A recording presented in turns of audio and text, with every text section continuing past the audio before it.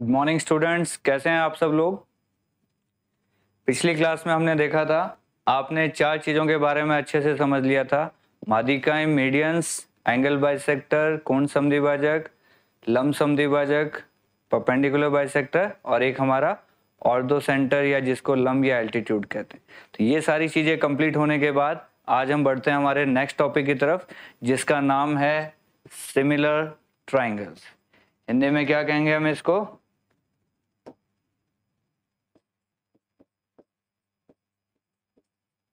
समरूप त्रिभुज। लिख लीजिए हेडिंग फटाफट, समरूप त्रिभुज या सिमिलर ट्राइंगल।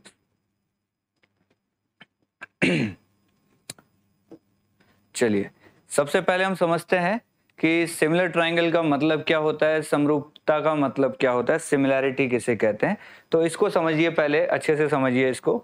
मान लीजिए कोई दो भिन्न भिन्न टाइप के आपके सामने फिगर्स हैं डायग्राम से। जैसे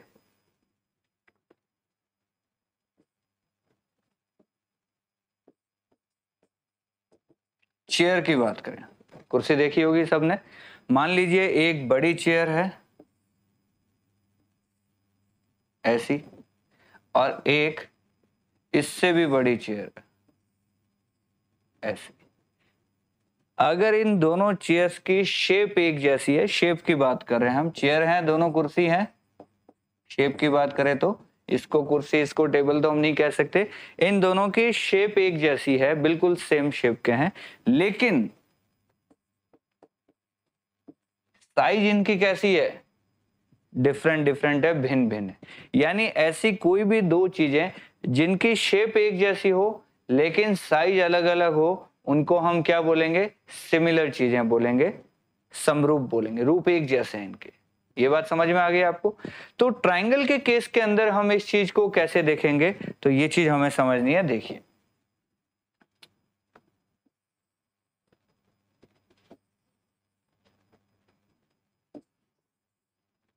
जैसे ये तीन ट्राइंगल बनाए मैंने आपके सामने। एक ट्राइंगल ये है 1, 2 और ये 3।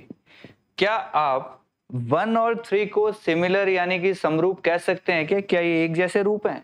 आप बोलोगे नहीं सर, ये तो हमें न्यून कोण या इक्विलेटरल जैसा दिख रहा है, समबाहु जैसा दिख रहा है, ये हमें राइट एंगल या 90 डिग्री वाला जैसा दिख रहा है, तो ये दोनों तो शेप में एक जैसे नहीं है। यानी इन दोनों को तो हम समरूप नहीं कह सकते, सिमिलर नहीं कह सकते। ये दोनों सिमिलर हो सकते हैं, कंफर्म हम अभी भी नहीं है। तो कंफर्म करने के लिए हमें कैसे पता चलेगा दो ट्राइंगल सिमिलर है या नहीं है? उसके लिए हमारे पास एक प्रॉपर्टी होती है जिसको हम बोलते हैं डबल ए प्रॉपर्टी। क्या बोलते हैं? Double a property. इसका क्या मतलब होता है, चलिए समझते हैं। मान लीजिए एक ट्राइंगल हमारे पास ये है ए बी सी, और एक ट्राइंगल हमारे पास ये है पी क्यू और आर। अगर इन दोनों ट्राइंगल के दो दो एंगल आपस में इक्वल हो जाते हैं, कैसे इक्वल? डबल ए का मतलब है एंगल, एंगल दो कोणों की बात करनी। जैसे मान लो ये मैंने लिखा 50 और ये भी है 50, इसको मैंने लिखा 60 और ये भी है 60। तो आपको पता है दो एंगल जब इक्वल हो गए तो तीसरे को तो ऑटोमेटिक इक्वल होना पड़ेगा। ये कितना निकल के आएगा? ये भी 70 होगा, ये भी 70 होगा।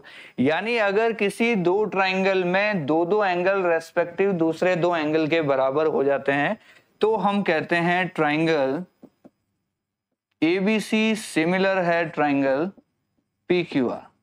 त्रिभुज एबीसी समरूप है त्रिभुज पीक्यूआर के। ये प्रॉपर्टी हमें ध्यान रखनी है, एंगल एंगल प्रॉपर्टी।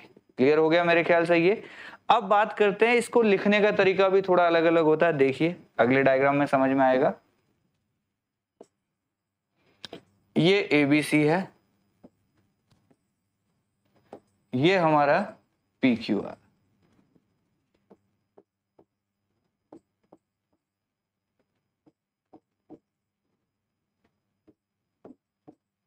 चलिए चेक करके बताइए, क्या ये दोनों डायग्राम सिमिलर हैं क्या? आप बोलेंगे सर लग तो रहे हैं, पहले एंगल चेक कर लेते हैं। ये 50 है, ये 60 है, तो ये कितना हो गया? 70। ये 50 है 70 है, तो ये कितना हो गया 60। इसके अंदर 50 60 70 है, इसके अंदर भी 50 60 70 है। अगर दो एंगल इसके दो एंगल के बराबर है, इसका मतलब दोनों ट्रायंगल हमारे क्या हो गए, सिमिलर हो गए, समरूप हो गए। लेकिन आप देख रहे हो यहाँ 50 है और इसमें यहाँ 60 है, इसमें 60 है और 50 है, 70 है 70 है, यानी एंगल्स थोड़े इधर उधर हो गए। तो जो लिखने का तरीका होगा वो कैसा होगा, आप ऐसे नहीं लिख सकते हर बार कि ABC सिमिलर हो गया PQR के, ये गलत चीज है। आप लिखेंगे ABC सिमिलर है ट्राइंगल, एंगल ए कितना है, आप बोलोगे सर 50, तो यहां 50 वाले का नाम पहले आएगा जो कि कौन है Q। B कितना है 60, इधर 60 वाला कौन है, आप बोलेंगे सर P, तो तीसरा बच गया, वो बच गया R। इस तरीके से इसको लिखा जाता है, ये चीज हमें ध्यान रखनी है। जो एंगल ए के बराबर है वो पहले आएगा, बी वाला सेकंड पे, और सी वाला इक्वल जो होगा वो हमारा आएगा थर्ड पे। ये सिमिलरिटी यानी समरूपता लिखने का तरीका होता है। लिख लीजिए फटाफट इस चीज को भी। चलिए आगे समझते हैं हम। अब आपको ये तो समझ में आ गया कि दो ट्रायंगल कब सिमिलर होंगे, आप बोलोगे सर दो एंगल दूसरे के दो एंगल के बराबर हो जाने चाहिए, हमारे ट्रायंगल सिमिलर हो गए, समरूप हो गए। अब सिमिलर होने के बाद क्या करेंगे, तो ये बात होती है property, properties of similar triangle, कि दो ट्रायंगल अगर सिमिलर हैं तो उनकी कुछ प्रॉपर्टीज होगी, कुछ विशेषताएं होंगी। उन विशेषताओं की बात कर लेते हैं। सबसे पहली विशेषता देखिए, हम दो ट्रायंगल बना लेते हैं अच्छे अच्छे। ये हमारा ट्रायंगल है ABC, ये हमारा ट्रायंगल है PQR, और हमने कह दिया ये दोनों ट्रायंगल क्या है, सिमिलर है, समरूप है। तो प्रॉपर्टी को अच्छे से समझना, बहुत सारे क्वेश्चंस बनते हैं यहाँ पे। जब भी दो ट्रायंगल सिमिलर होंगे तो उनकी जो रेस्पेक्टिव साइड्स होंगी, उनका जो अनुपात होगा वो भी सेम चलेगा। कैसे समझते हैं, हमने पहले लिखा ट्रायंगल ABC सिमिलर है ट्रायंगल PQR के। तो अगर मैं AB साइड लेता हूं इसकी, तो इसकी साइड कौन सी लेंगे नीचे, PQ। इसी तरीके से अगर इसकी साइड लेता हूं मैं BC, तो इसकी कौन सी लेंगे, QR। इसी तरीके से अगर इसकी साइड में लेता हूं AC, तो इसकी कौन सी आ जाएगी, PR। ये जो रेशियो है, साइड्स का जो रेशियो है, जो अनुपात है, ये हमेशा फिक्स चलता रहेगा। ये 1/2 तो ये भी 1/2, ये भी। अगर ये 3/4 तो 3/4 3/4। अगर ये 10/15 10 या 10/8 10/8 10, जैसा भी रेशियो है वो रेशियो सेम चलता रहेगा। ये चीज क्लियर हो गई होगी मेरे ख्याल से अच्छे से आपको, कि साइड्स का जो अनुपात है वो बिल्कुल सेम चलेगा, कांस्टेंट चलेगा। इसी तरीके से अगर इसके अंदर मैं एक 90 डिग्री बना देता हूं, इसके अंदर भी 90 डिग्री बना देता हूं, इसका नाम D रख लेते हैं और इसका नाम X रख लेते हैं, तो जो परपेंडिकुलर्स होंगे AD/PX वो बराबर चलेगा दूसरे परपेंडिकुलर्स के। इसी तरीके से अगर मैं इसके अंदर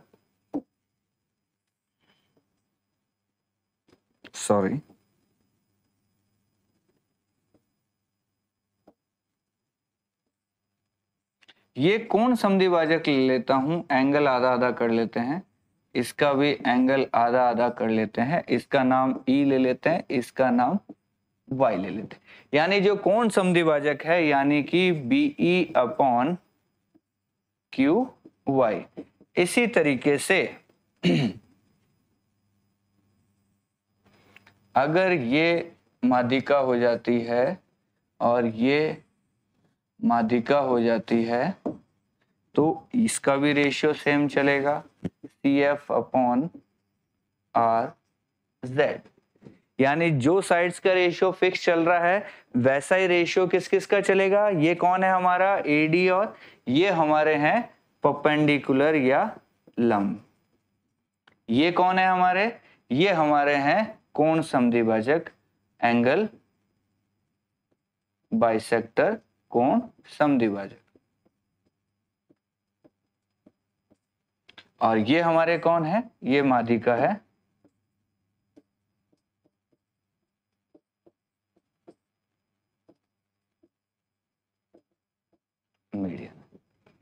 जो रेशियो इनका चलेगा वही रेशियो इसका चलेगा, यानी इसके आगे मैं ये चीज लिख सकता हूं A B upon P Q.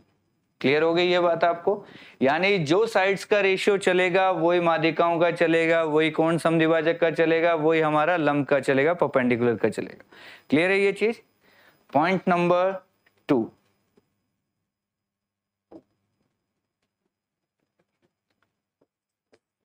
दो नंबर क्या कहता है? 2 नंबर ये कहता है जो रेशियो हमारा साइड्स का था वही रेशियो हमारा किसका हो जाएगा?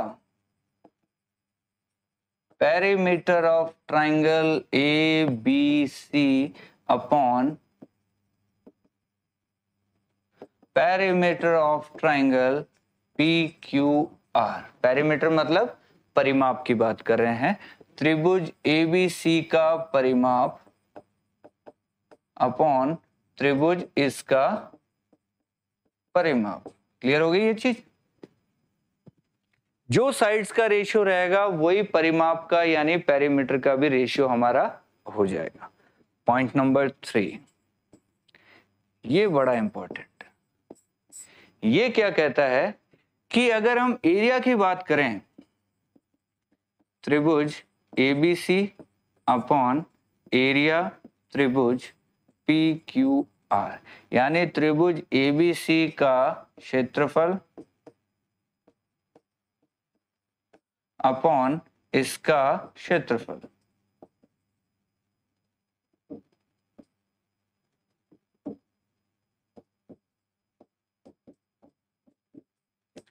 ये जो रेशियो होगा ना, ये रहेगा तो साइड के इक्वली, जैसे A B upon P Q ले लिया हमने, लेकिन इसका क्या हो जाता है? इसका हो जाता है स्क्वायर। बाकी चीजें भी आ सकती है यहाँ पे, ए बी पी क्यू जरूरी नहीं है, बीसी और क्यू आर आ सकता है, या एसी और पी आर भी आ सकता है, या माध्यिकाओं का रेशियो भी आ सकता है, किसी का भी। जो चीजें पहले 2 पॉइंट में लिखी उसमें से कोई सी भी चीज हम उठा के यहाँ रख सकते हैं, या परिमाप भी लिख सकते हैं। परिमाप का भी रेशियो का क्या हो जाएगा? स्क्वायर हो जाएगा। अब ये बातें तो आपको समझ में आ गई, पर कुछ लोगों को अभी मन में ये शंका है कि सर क्वेश्चन कैसा आएगा, ये बताओ आप तो हमें। ये चीजें तो ठीक है हम याद कर लेंगे, क्वेश्चन देखेंगे तो हम इसको ज्यादा बेटर अच्छे से याद रखेंगे। चलो क्वेश्चन से स्टार्ट कर लेते हैं, आपको क्वेश्चन समझा देते हैं। देखिए क्वेश्चन इस तरीके से आएगा आपके सामने। ये 2 ट्राइंगल है, एक का नाम है एबीसी, एक का नाम है PQR, और बोल देगा ये दोनों क्या है? समरूप भी हो गए। अब बोलेगा आपको ये 10 है, ये 15 है, ये 18 है, तो ये बताइए कितनी हो गई? तो आप क्या करोगे? नॉर्मल आदमी इसको ऐसे करता है कि ए बी के नीचे PQ लिख दिया, BC के नीचे QR लिख दिया। ए बी की वैल्यू 10 है, PQ की वैल्यू 15 है, BC की वैल्यू 18 है, QR की जगह QR लिख दिया, और इसको सॉल्व करोगे और आपके पास रिजल्ट आ जाएगा कि साहब QR की वैल्यू हो गई 27। क्या समझ में आया? लेकिन हमें ऐसे नहीं करना। हम कैसे करेंगे? हम इसको सीधा डायग्राम से करेंगे। हमने ये डायग्राम देखे, हमने कहा कि भाई 10 वाली चीज कितनी हो रही है? 15 हो रही है। 10 वाली चीज कितनी हो रही है? 15 हो रही है। यानी रेशियो में बात करें तो क्या हो रहा है कि 2 का 3 हो रहा है। 2 का क्या हो रहा है? 3। इन दोनों का रेशियो क्या हो गया? 2:3। 2 का 3 हो रहा है। तो इसी तरीके से 2 का जब 3 हो रहा है तो 18 का कितना हो जाएगा? आप बोलोगे सर 9 का डबल 18 है, तो 9 का 3 कितना हो गया? 27। ये हमारा आंसर। सीधा डायग्राम से ही करना है। ये वाला काम बच्चों के लिए छोड़ दो, आप अब स्मार्ट हो गए हो, आप ये वाला काम नहीं करोगे। क्लियर है ये चीज? चलिए एक क्वेश्चन और देखते हैं।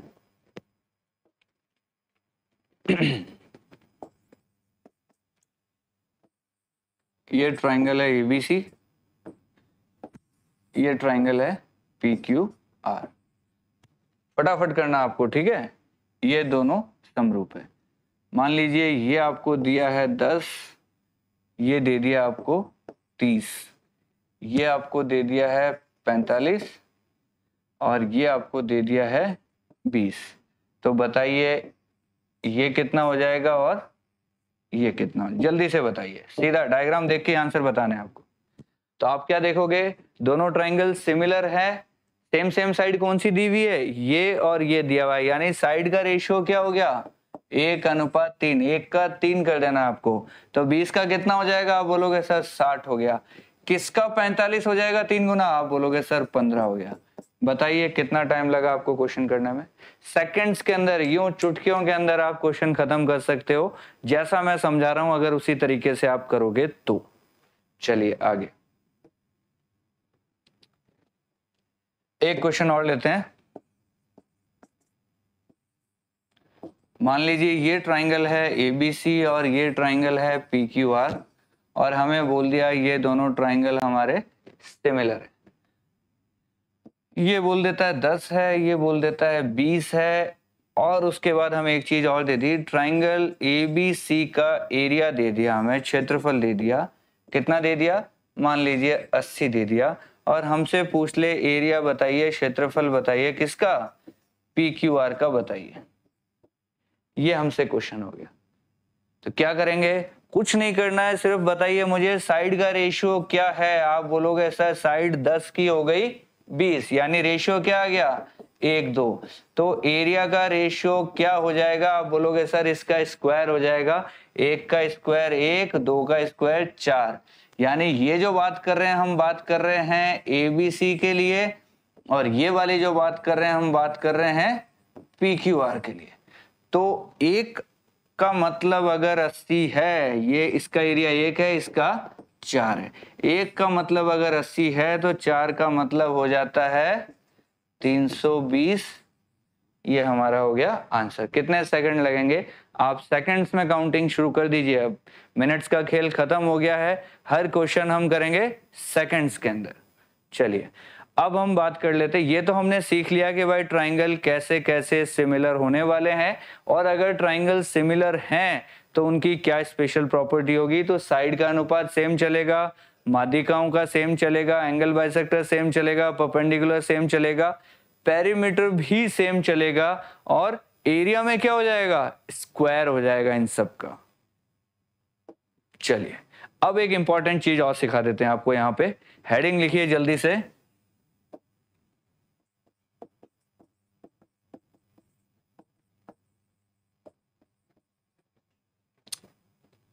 तेरी तो कुछ और ही समझ रहा है ये।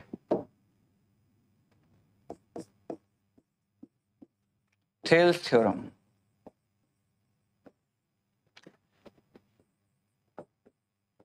थेल्स परमे।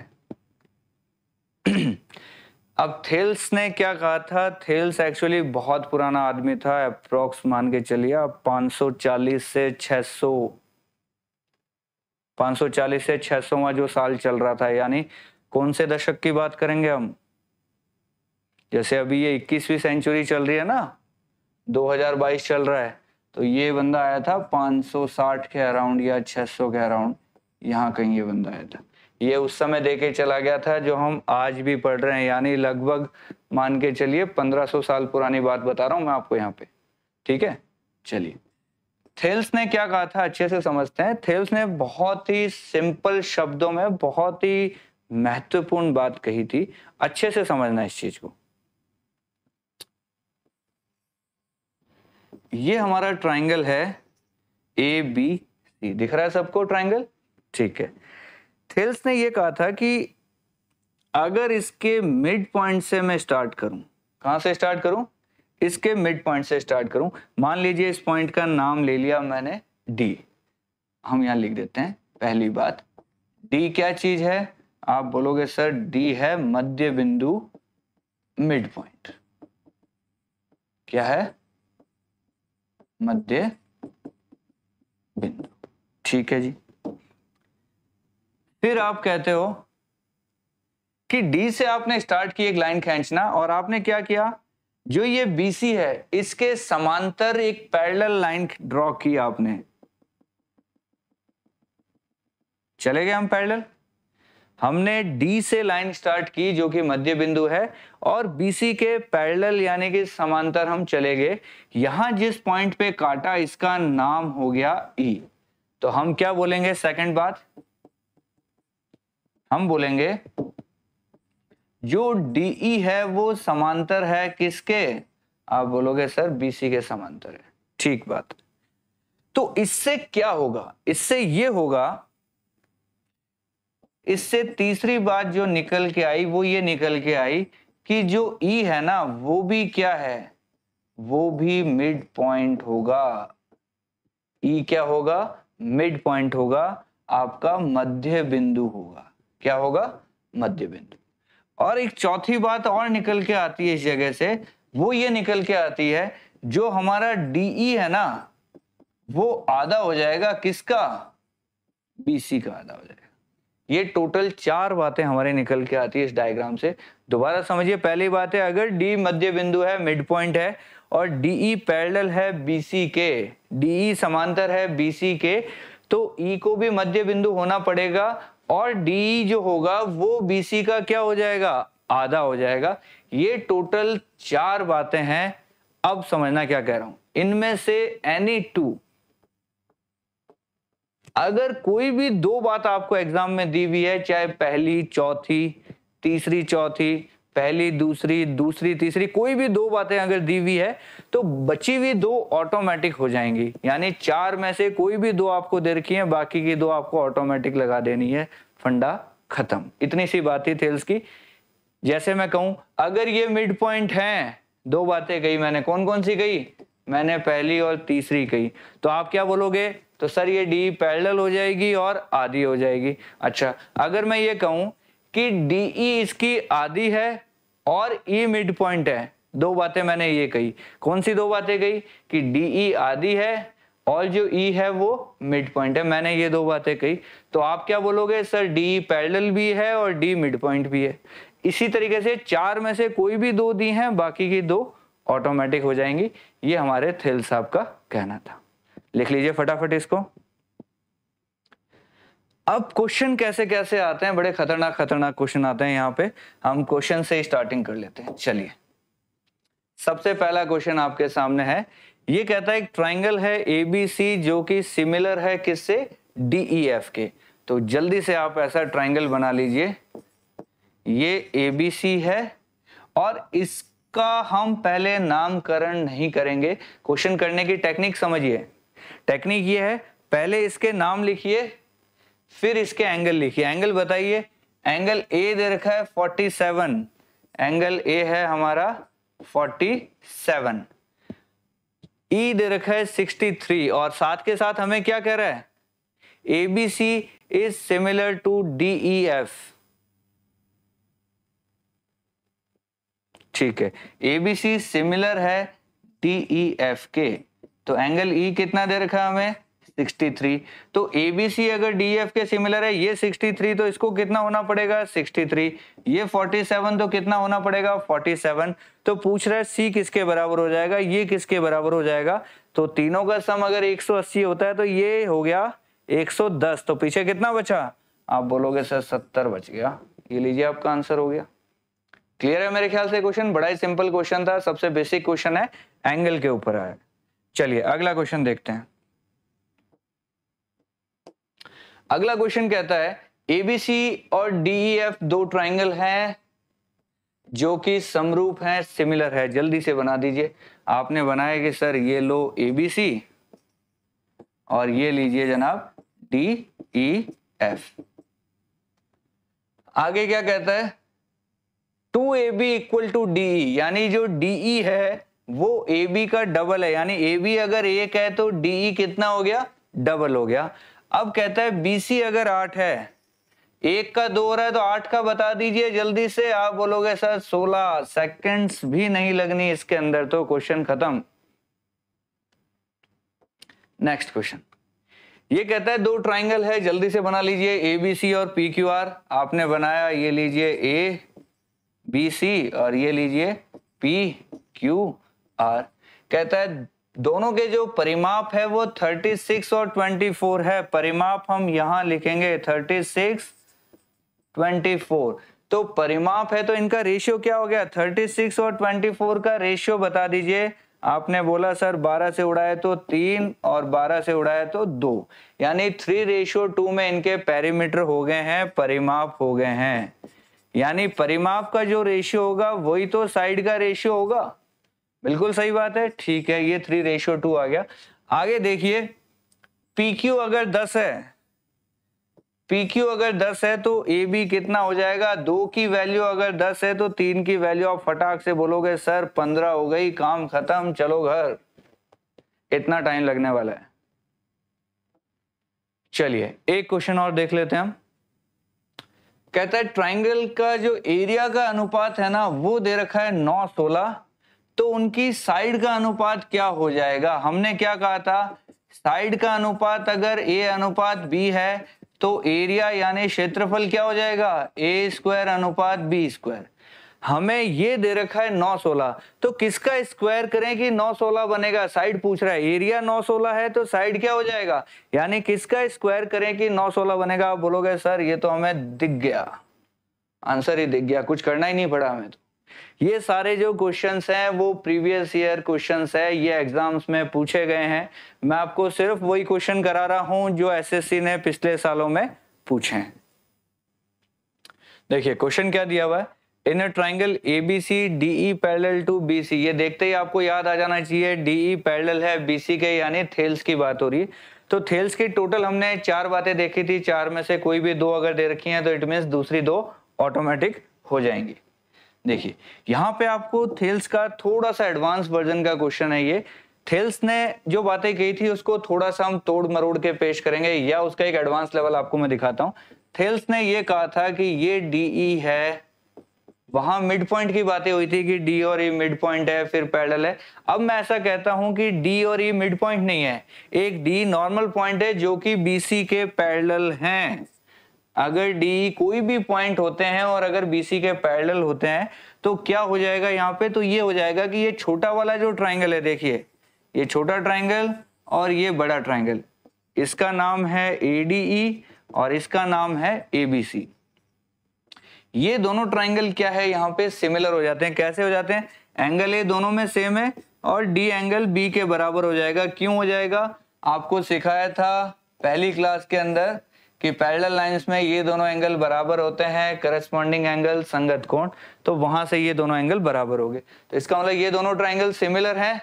सिमिलर हैं तो इनका रेशियो क्या रहेगा, आप बोलोगे सर एडी के नीचे ले लीजिए एबी बराबर एई के नीचे ले लीजिए एसी बराबर डीई के नीचे ले लीजिए बीसी। दिख रहा है आपको सबको, आप बोलोगे सर बिल्कुल दिख रहा है। तो ये एक चीज और आपको याद रखनी है, थेल्स के साथ इसको आप ऐड ऑन कर लीजिए, ये वाली बात भी हम साथ में चलाएंगे। अब चलिए हम क्वेश्चन पढ़ते हैं। क्वेश्चन क्या कहता है, क्वेश्चन कहता है डी है जो बीसी के पैरेलल है और डीसी जो एबी को डी पे काटती है इसको ई पे काटती है, ठीक है। एडी की वैल्यू इसने दे रखी है 6 सेंटीमीटर और डीबी की वैल्यू दे रखी है 12x-6, ये हो गया 12x-6। आगे बढ़ते हैं, ए की वैल्यू दे रखी है 2x और इधर सी की वैल्यू दे रखी है 16-2x। चलिए तो बताइए ये अपॉन पूरी अगर हम लिखें तो क्या बनता है, मीन्स मैं इसकी बात कर रहा हूं, इस चीज को हम बराबर रख सकते हैं। तो जल्दी से बताइए मुझे क्या बराबर बन जाएगा। इसको मैं मिटा रहा हूं यहां पे, ये आपने लिख लिया होगा। चलिए एडी की बात करें, मैं इस चीज को यहां पे ले रहा हूं सीधा। एडी की बात करें तो हो गया 6 और AB की बात करें तो दोनों को जोड़ेंगे तो 6 और ये जुड़ेगा तो x 6 से 6 कट जाएगा, सिर्फ बचेगा 12x। इसी तरीके से AE की बात करें तो 2x है और पूरे AC की बात करें तो 2x से 2x कट जाएगा, क्या आ जाएगा 16। काट पीट के बताइए क्या बन गया, ये 2 से गया, ये 8 से गया, यानी क्रॉस मल्टीप्लाई करें तो कितना बन गया, ये 4 से, यानी ये बन गया x² = 4, यानी कि x आ गया हमारा 2 आंसर। अगर आप ऐसे नहीं करके दूसरे तरीके से करना चाहें तो एक तरीका और है इसका करने का, ये रेशियो तो बराबर होंगे ही होंगे, साथ में मैं अगर ऐसे लिखता तो भी बात बन सकती थी कि AD अपॉन में DB बराबर AE अपॉन में इसी।